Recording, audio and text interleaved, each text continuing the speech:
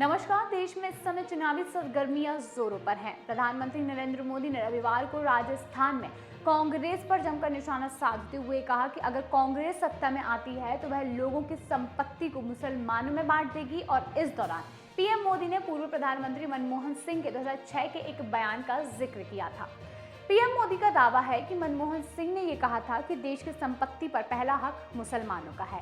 PM Modi के इस बयान के बाद अब एक बार फिर से पूर्व प्रधानमंत्री मनमोहन सिंह का 2006 का बयान चर्चा में आ गया है।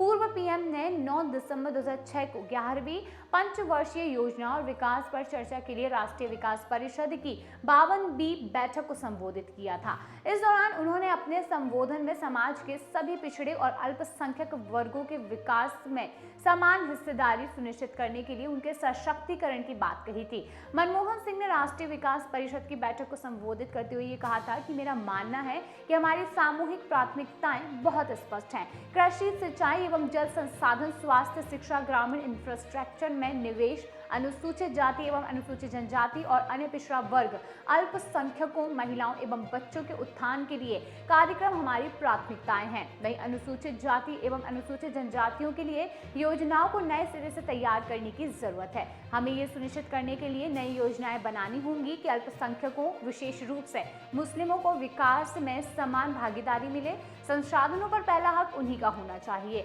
उन्होंने ये भी कहा था कि योजना आयोग निश्चित रूप से ऐसे कार्यक्रमों को खत्म करने के लिए उनकी समीक्षा करेगा जिनका अब कोई भी औचित्य नहीं रह गया है।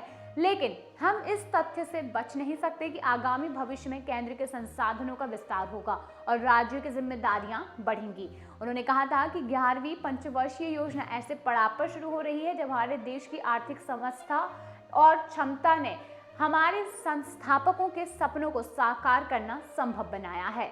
एक ऐसे भारत का सपना जो कि समृद्ध और न्याय संगत हो और एक ऐसा भारत जो कि समावेशी हो, एक ऐसा भारत जो कि प्रत्येक नागरिक को अपने कार्य क्षेत्र में उल्लेखनीय प्रगति करने का अवसर दे। 11वीं पंचवर्षीय योजना से यकीनन वह सपना पूरा होगा।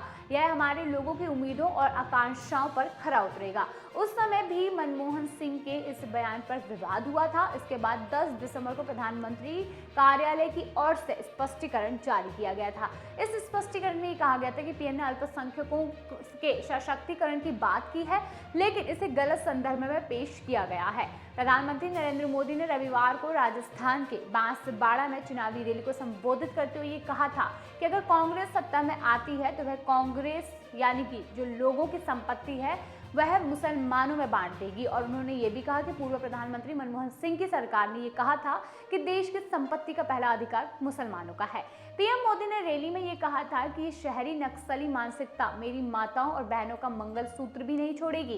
कांग्रेस के घोषणा पत्र में ये कहा गया है कि वे माताओं और बहनों के साथ गोल्ड का हिसाब करेंगे, इसके बारे में जानकारी लेंगे और फिर उस संपत्ति को अल्पसंख्यकों को बांट देंगे। प्रधानमंत्री ने यह भी कहा कि जब कांग्रेस की सरकार सत्ता में थी तो उन्होंने कहा था कि देश की संपत्ति पर पहला अधिकार मुसलमानों का है। इसका मतलब है कि ये संपत्ति एकत्र कर किसे बांटेंगे? जिनके ज्यादा बच्चे हैं ये संपत्ति उनको बांटेंगे, ये संपत्ति घुसपैठियों को बांटेंगे। क्या आपकी मेहनत की कमाई घुसपैठियों को दी जाएगी? क्या आपको यह मंजूर है?